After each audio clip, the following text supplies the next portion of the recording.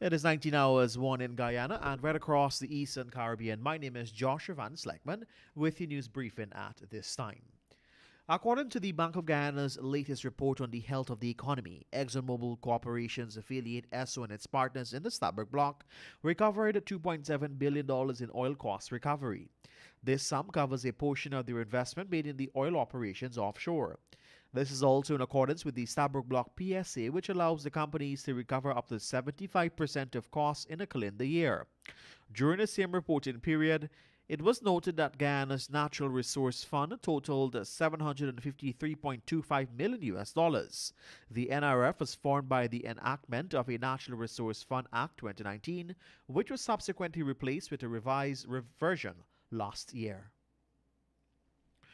Just over a week ago, the Ministry of Finance published the 2022 half-year report underlining the country's performance in the first 6 months of the year. Since then, the political opposition and voices from the government have been at odds on whether the dreaded quote-unquote Dutch disease has indeed made its way into Guyana. This phenomena refers to the rapid development of one sector of the economy, particularly natural resources like oil, which leads to a decline in growth of other sectors. Amid complaints about the credibility of a report by the Regional Security System on the allegation of cover-up by the Guyana Police Force regarding the murder of businessman Ricardo Fagundes, the Alliance for Change is calling for the release of the full document and not snippets. The Ministry of Home Affairs last week issued a statement quoting parts of the RSS report, which reportedly cleared the force of the allegation of collusion raised by Detective Sergeant Dion Bascom. Lawyer for Bascom, Nigel Hughes, has also called for the full release of the report, and he also questioned the reliability of the report, noting that the RSS did not interview Bascom to get his side of the matter. Attorney General Anil Nandalal, senior counsel, said that the proposed amendments to the electoral laws will see the removal of dead persons from the voters' list taking place periodically. Nandalal addressed accusation by the opposition-led APNO AFC that the government does not want the names of the dead persons removed from the list. He said the ruling PPPC is always in support of a clean voters list. The Attorney General revealed that the amendment that the government is proposing in the electoral reform is to make it mandatory for dead persons to be removed from the list at periodic intervals.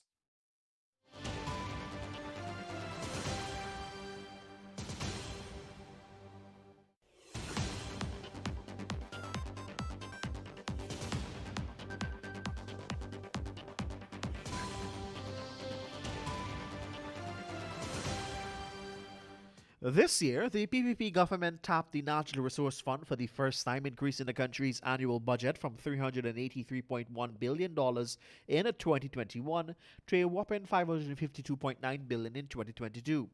The increase represents a total of $169.8 billion, a vast increase which the APNO AFC opposition believes the government is not equipped to manage.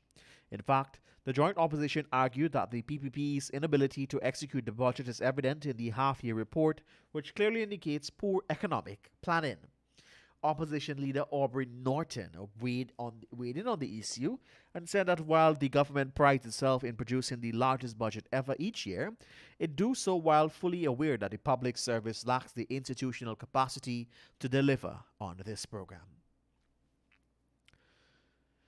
The government is preparing to overhaul the Domestic Violence Act of 1996 with some 40 proposed amendments, with the Ministry of Human Services and Social Security said will address family, emotional and other forms of violence. This is according to Minister of Human Services and Social Security, the Honorable Dr. Vindhya Prasad. Minister Prasad said during an interview with this newscast, explained that the complete overhaul of the legislation is on the way. The minister noted that family violence was included in the recognition of the existing gaps relating to the newer forms of violence.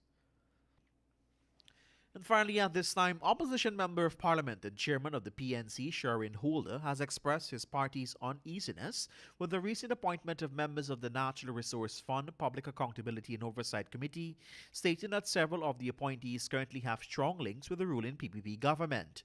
Holder in a public letter said that the new NRF does not spell out the specific functions and the authority of the Public Accountability and Oversight Committee, just to say that it shall provide non-government oversight to the fund, with no detailed information on scrutinizing government spending of the oil money. And that's the news to the moment. My name is Joshua Van Slegman. Thank you for joining us. And that's the news of the moment. Remember to